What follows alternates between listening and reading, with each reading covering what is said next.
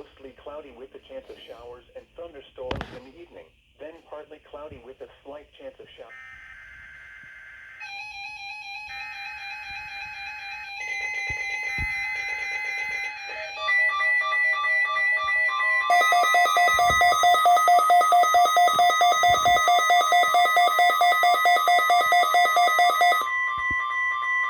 This is a test of the NOAA radio warning alarm device. During potentially dangerous weather situations, specially built receivers are automatically activated to warn of the impending hazard. Tests are normally conducted by the National Weather Service every Wednesday and Saturday between 10 a.m. and 12 noon. When there is a threat of severe weather in the area, the test is postponed until the first good weather day. Reception of this broadcast and the alarm tone will vary from place to place.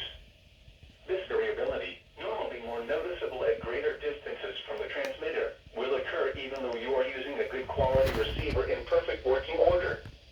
The warning alarm will be activated for severe thunderstorm, tornado, and flash flood watches, and for severe weather warnings affecting the following counties in the KIH 54 listening area: Bibb, Blunt, Chilton, Coosa, Jefferson, St. Clair, Shelby, Tuscaloosa, and Walker. This has been a test of the NOAA radio warning alarm device. We now return to our normal programming.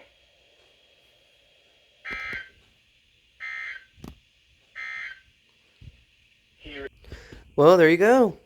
My Midland WR120EZ did its job. Did the same thing just like what my original WR120 did. And now here it is.